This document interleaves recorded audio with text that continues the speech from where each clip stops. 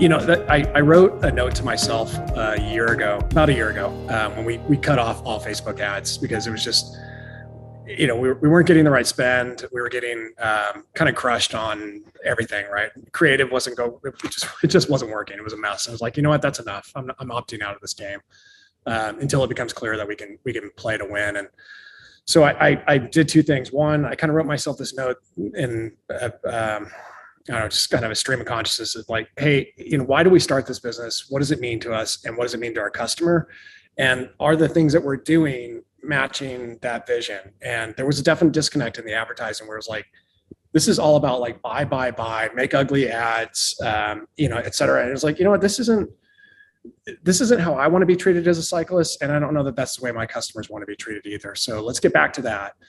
And one of the things that I believe strongly is that there's this kind of romantic aesthetic value in cycling that we can take advantage of. We can position in places where our people hang out, right? So that's not necessarily, it is Strava, it is Instagram and Facebook, but we also have some very domain specific areas that we can go hang out that have communities that allow for kind of the same social aspect of, sharing photos and stories and whatever else. It's like, well, why would we not go where the fish are in the barrel? Like that doesn't make any sense. Why are we on Facebook looking for whatever we're looking for over here? How did you find all those communities? Well, I mean, it's funny, I think you said something yesterday that really resonated with me, which is basically like, you know your customer and you don't need to have best practices told to you because you know who your people are, right? And you know what your brand is. Your value prop. Always have to have it. Yeah. And I think that, so being in that community, being a cyclist myself, like I knew where these people were already. And then what ended up happening was we approached Strava in this case and said, we want to do a takeover. We want to do advertising on your site. We want to run a couple of challenges, and it was insanely expensive. It was like $500,000 for a quarter. Who's Strava? Right? Exactly. Who are they? Are they like a? It's like the largest community of cyclists and runners that exists, and basically you post like your GPS data on there and your all your kind of in motion data, time, speed, altitude, all that kind of stuff. Yeah, that's cool. So and then you can add additional photos. And what we did though is we started a club. We said we're going to start the Dispatch Custom Cycling Components Club, and everybody gets solicited as they go through the onboarding process in Klaviyo, and we're growing that club, and that is just like. If you're talking about 1,000 true fans or whatever, if you want to go back to that concept, like that's it. Like they are right there. This is the place to go hang out with them. But they don't want to see a bunch of ads all the time, right? They would love to see ride photos, or photos of races and things of that nature, but they don't want to see, hey, this new headset cap's on sale for blah, blah, blah. It's like that, that's not why we're here. Don't turn this into this kind of mess, right? So that's where we have been putting a lot more effort and a lot more attention in developing that. And, I kind of have this, it's a bit of a shtick right now because there are so many clubs that are so much bigger than us, but it's like Brian's personal wish is to create the world's largest cycling club.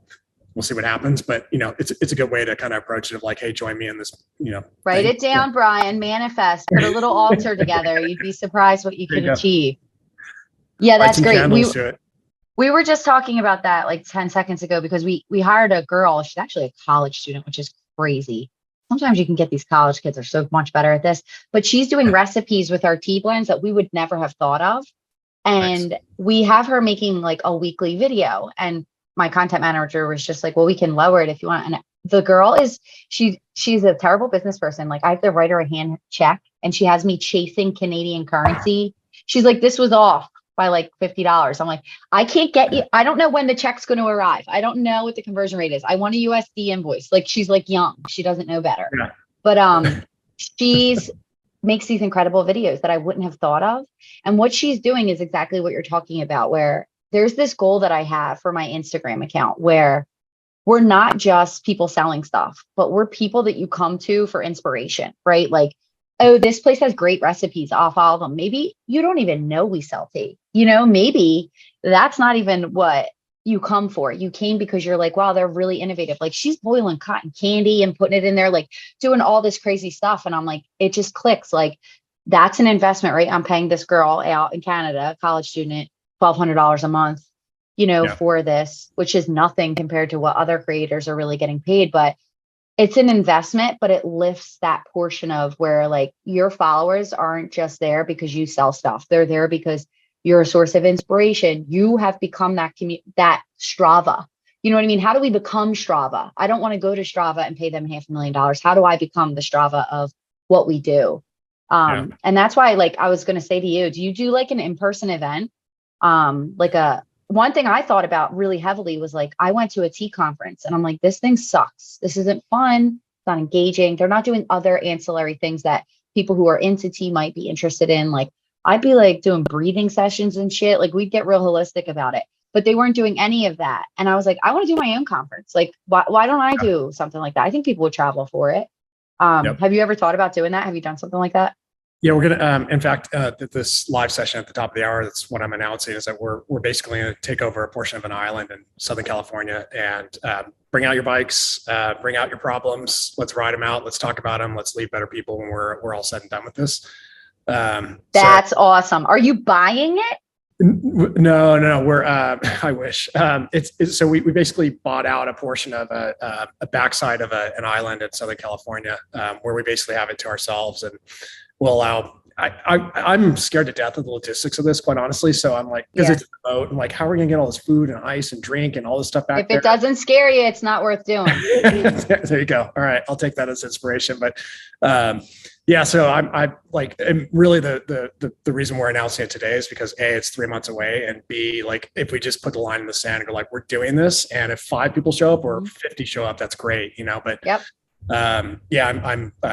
we're going to do that, and it's going to be a great. And we're going to bring out a videographer. We're going to have content shot. We're going to milk that for all the way through our slow season in the winter. And it's like the Firefly Festival for bikers. Exactly. Well, hopefully it goes better though. Better. Yeah. It'll actually happen. That's really cool. Yeah. Dispatch Firefly Fest. Yeah, you should. I think that will be great. And I'm in the same boat as you, like whatever it is that we can do to be more than just the company that sells stuff. Like, I love that.